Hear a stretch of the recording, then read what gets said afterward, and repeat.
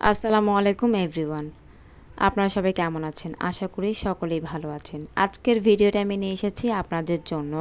আপনারা যারা আপনাদের ফেসবুকের কভার ফটো, লাইক, কমেন্ট ঠিক রেখে আপনারা আগের যে কোনো পিকচার আপনাদের ফেসবুকে আবার কভার ফটোতে দিতে চান, সেই ভিডিওটি আপনাদের কাছকে দেখিয়ে দেব কিভাবে করবেন। মনে করেন যে আপনার আগে আপলোড হওয়া কোনো পিকচার কভার ফটো ছিল, তো সেই পিকচারটা আপনি আবার এখানে আপডেট করবেন। কিন্তু এর মাঝে আরও একটি কথা আছে, সেটা হচ্ছে আপনাদের ফেসবুকের কভার ফটোতে যত লাইক কমেন্ট ছিল সেগুলো কিন্তু থেকে যাবে। তো সেই জন্য আপনাদেরকে ফেসবুকে আসতে হবে, অফিসিয়াল যে ফেসবুকটি আছে সেখানে। এখানে আসার পরে আপনি এখানে আপনাদের প্রোফাইলে আসবেন। তারপর প্রোফাইলে আসার পরে আপনি পরের অপশনটি দেখিয়ে দিচ্ছি। এখানে সিলেক্ট ফটো অন ফেসবুক যে অপশনটি লেখা আছে সেখানে আপনি ক্লিক করবেন। ক্লিক করার পরে আপনাদেরকে একটি ইন্টারফেসে নিয়ে যাবে।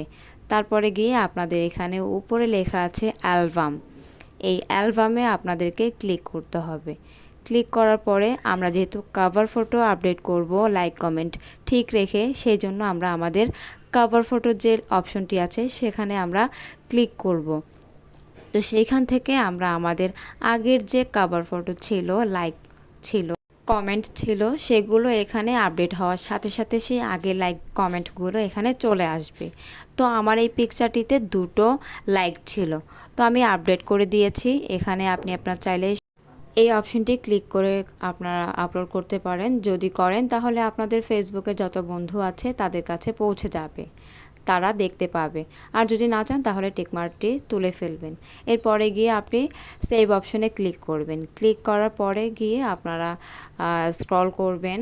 তারপরে দেখবেন যে পিকচারটি আদৌ কি আপলোড হয়েছে কি না। এরপরে স্ক্রল করে দেখবেন, হ্যাঁ আছে। আমার আগে এই ভিডিওটিতে 2টি লাইক ছিল, সেই লাইকগুলো আমাকে এখানে দেখাচ্ছে। তার মানে এভাবে আপনারা যদি আপলোড করেন তাহলে আপনাদের ফেসবুকের লাইক বা কমেন্ট এগুলো ঠিক রেখে আপনারা চাইলে আপনাদের যে কোনো ফটো আপলোড করতে পারবেন। সো আজকের ভিডিওটি যদি ভালো লেগে থাকে অবশ্যই একটি লাইক করবেন এবং সাবস্ক্রাইব করে অল বাটনে ক্লিক করে রাখবেন, যাতে পরবর্তী ভিডিওগুলো আপলোড করার সাথে সাথে আপনাদের কাছে পৌঁছে যায়।